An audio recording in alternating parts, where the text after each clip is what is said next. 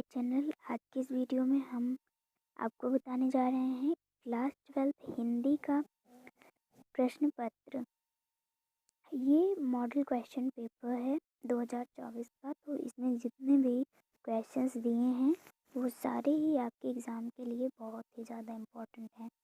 जो स्टूडेंट्स 2024 में फरवरी में एग्ज़ाम देने वाले हैं उनके लिए आज का ये वीडियो बहुत ही ज़्यादा इम्पोर्टेंट होगा। तो इन सारे प्रश्नों को ध्यान से देखते हुए चलें और साथ ही इन सारे प्रश्नों को नोट करते हुए चलें। चलिए स्टार्ट करते हैं आज का वीडियो। समय आपको मिलेंगे 3 घंटे 15 मिनट, जिनमें से 15 मिनट आपको ये प्रश्न पत्र पढ़ने के लिए निर्धारित हैं। और टोटल जो है पूर्णांक होगा आपके क्वेश्चन पेपर का 100 मार्क्स का होगा। तो खंड का प्रश्न पहला है का उक्ति व्यक्ति प्राकरण के रचनाकार हैं गोकुलनाथ, दामोदर शर्मा, नाभादास, मुंशी सदा सुखलाल। बी है भारतेंदु युग की पत्रिका है कविवचन, सुधा, सरस्वती, मर्यादा, हंस। प्रश्न गा है हिंदी गद्य साहित्य के द्वितीय उत्थान का प्रारंभ हुआ सन 1918 में, सन 1900 में, सन 1936 में, सन 1938 में। क्वेश्चन नंबर घा है सेवा सदन के रचनाकार हैं जैनेन्द्र अज्ञेय, प्रेमचंद्र, हरिकृष्ण प्रेमी। प्रश्न अंगा हिंदी की प्रथम आधुनिक कहानी होने का श्रेय दिया जाता है ईशा अल्लाह खां, किशोरी लाल गोस्वामी, रामचंद्र शुक्ल, विष्णु प्रभाकर। तो ये आपके गद्य का इतिहास जो है उससे रिलेटेड क्वेश्चन पूछे गए हैं, एमसीक्यू क्वेश्चन। अब सेम इसी तरह जो है वो आपके पद्य से रिलेटेड क्वेश्चन दिए गए हैं।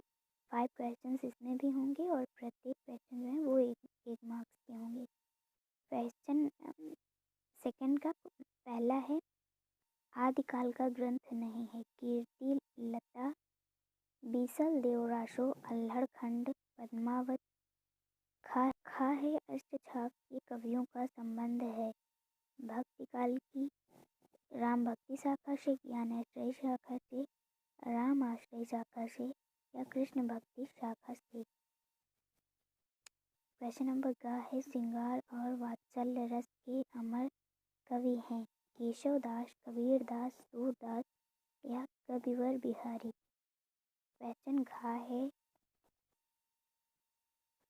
चांद का मुंह डेढ़ है रचना की विधा है काव्य, उपन्यास, निबंध या कहानी।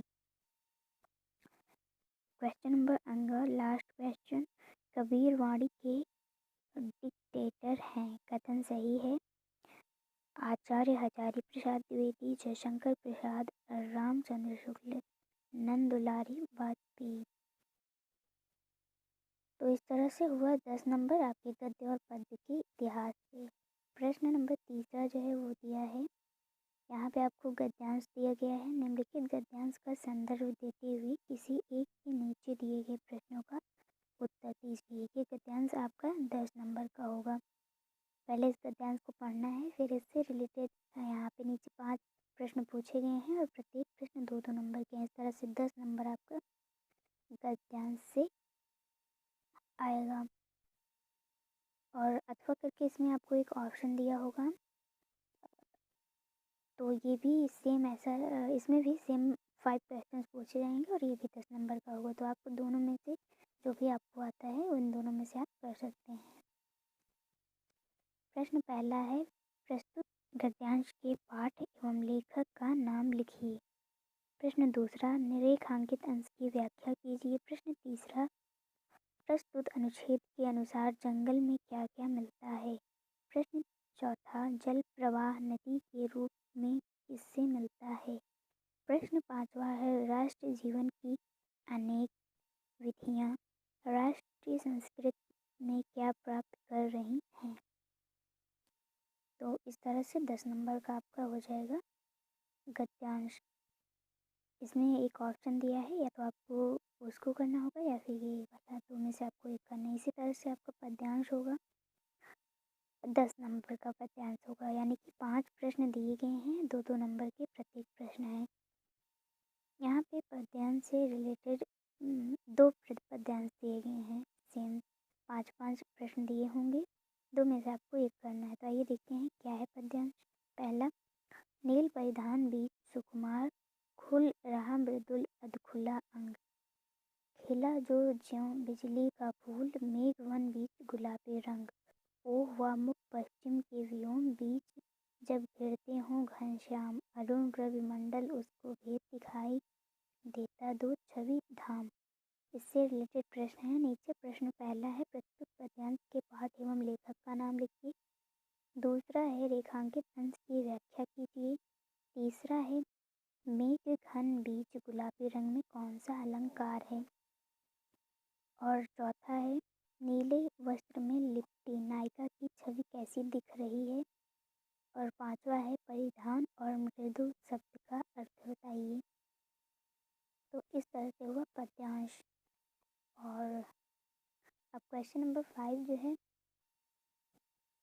इसमें आपको दिया है, निम्नलिखित में से किसी एक लेखक का जीवन परिचय देते हुए उनकी कृतियों का उल्लेख कीजिए।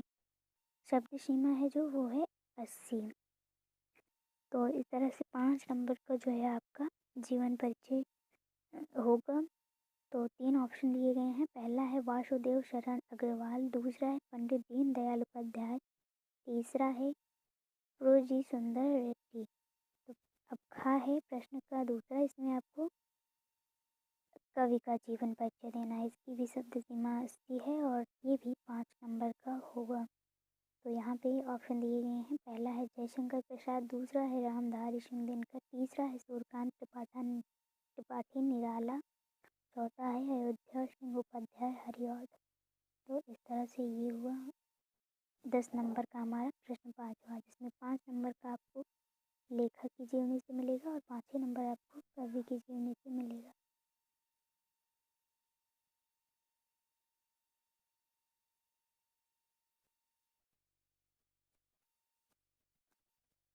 क्वेश्चन नंबर 6 जो है वो आपका आएगा, कहानी तत्वों के आधार पर पंचलाइट अथवा बहादुर कहानी की समीक्षा कीजिए। यहाँ पे आपको कहानी से जो है रिलेटेड दिया गया है, कहानी की समीक्षा। 2 ऑप्शन दिए गए हैं, 2 में से एक कहानी का आपको समीक्षा करना है, जो कि 80 शब्द सीमा है और 5 नंबर का ये भी है। इसमें आपको एक ऑप्शन मिलेगा, कर्मनाश की हार कहानी के प्रमुख पात्र का चरित्र चित्रण कीजिए। ये था प्रश्न नंबर 6। प्रश्न नंबर 7 जो है वो है, स्वपठित खंडकाव्य के आधार पर निम्नलिखित प्रश्नों में से किसी एक प्रश्न का संक्षिप्त उत्तर दीजिए। शब्द सीमा 80 है और 5 नंबर का ये होगा। तो आपने जिसका भी याद किया हो, चरित्र चित्रण हो अथवा जो सर्ग दिया जाएगा उसका संक्षेप में आपको लिखना होगा। तो इस तरह से जो भी आप याद किए गए हों, जो आपके खंडकाव्य के आधार पर हो, इनमें से आप उत्तर दें। यह 5 नंबर का है। क्वेश्चन नंबर 8, इस तरह से हमारा 50 नंबर का खंड का था। अब खंड खा जो है वो 50 नंबर का खंड खा होगा। तो खंड का, तो प्रश्न का में दिया है, निम्नलिखित संस्कृत गद्यांश का संदर्भ सहित हिंदी में अनुवाद कीजिए। तो यहाँ पे 2 आपको संस्कृत गद्यांश दिए गए हैं, इनका आपको हिंदी में अनुवाद करना है। 7 नंबर का ये आपका गद्यांश होगा। 2 नंबर आपको संदर्भ के मिलेंगे और 5 नंबर आपको इसके अनुवाद के मिलेंगे। तो इस तरह से 7 नंबर जो है आपका संस्कृत गद्यांश से हो जाएगा। अब क्वेश्चन नंबर खा जो है वो है आप, जिसमें निम्नलिखित श्लोक का हिंदी में संदर्भ सहित अनुवाद कीजिए। ये भी 7 नंबर का है आपका। जिस तरह से यहाँ पे गद्यांश था संस्कृत गद्यांश 7 नंबर का, उसी तरह से संस्कृत श्लोक का हिंदी में संदर्भ सहित अनुवाद करना है, जो कि 7 नंबर का है। 2 नंबर आपके संदर्भ का हो जाएगा और 5 नंबर अनुवाद के। 2 ऑप्शन इसमें भी आपको दिए गए हैं, इन दोनों में से एक करना होगा। क्वेश्चन नंबर 9 जो है उसमें आपको संस्कृत के प्रश्नों के उत्तर देने होंगे। 2-2 नंबर के प्रश्न होंगे, 2 प्रश्न होंगे, 4 नंबर इस तरह से आपको मिल जाएंगे संस्कृत में उत्तर देने की। 4 प्रश्न हैं, तो प्रश्न आइए देखते हैं क्या क्या है। पहला प्रश्न है संस्कृत साहित्यस्य प्रमुखाः कवयः के सन्ति। सेकंड क्वेश्चन किं धनं सर्वप्रधानम्। थर्ड है ज्ञानमय प्रदीपा केन प्रज्वलित। चौथा है दिलीप कस्य प्रदेशस्य राजा आसीत्। इन चारों में से आपको 2 प्रश्न के उत्तर देने होंगे। अब प्रश्न नंबर 10वां है, इसमें आपको रस छंद और अलंकार से रिलेटेड क्वेश्चन पूछे जाएंगे।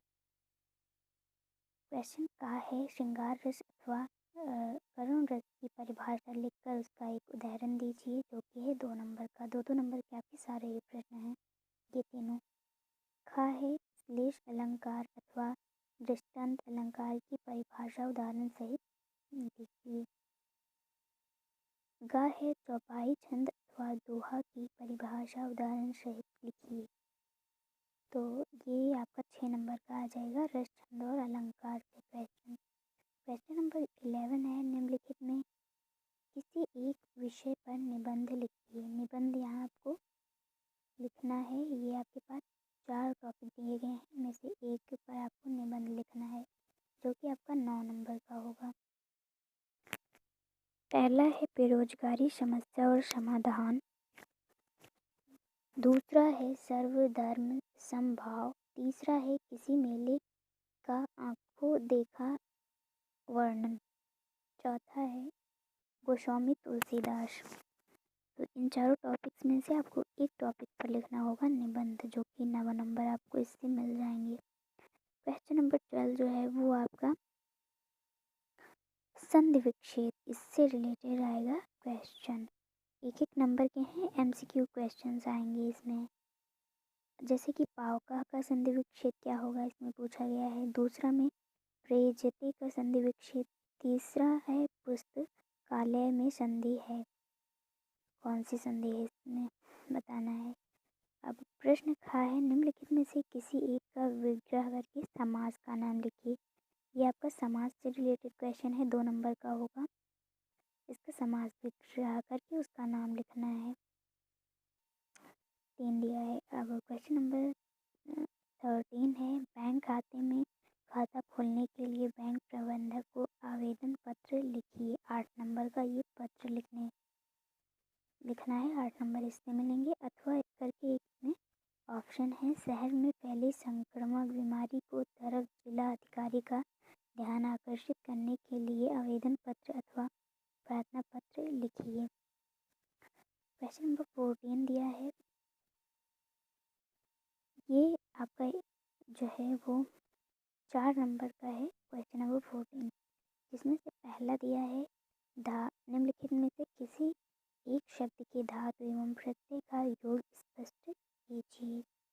धातु एवं प्रत्यय का योग स्पष्ट करना है। दूसरा क्वेश्चन है, निम्नलिखित में किसी एक शब्द का प्रत्यय लिखिए, प्रत्यय लिखना है। और खा है क्वेश्चन नंबर 14 का खा है, रेखांकित पदों में से किसी एक पद में प्रयुक्त विभक्ति अथवा संबंधित नियम का उल्लेख कीजिए, जो कि है आपका 2 नंबर का। तो इस तरह से था हमारा क्लास 12 हिंदी का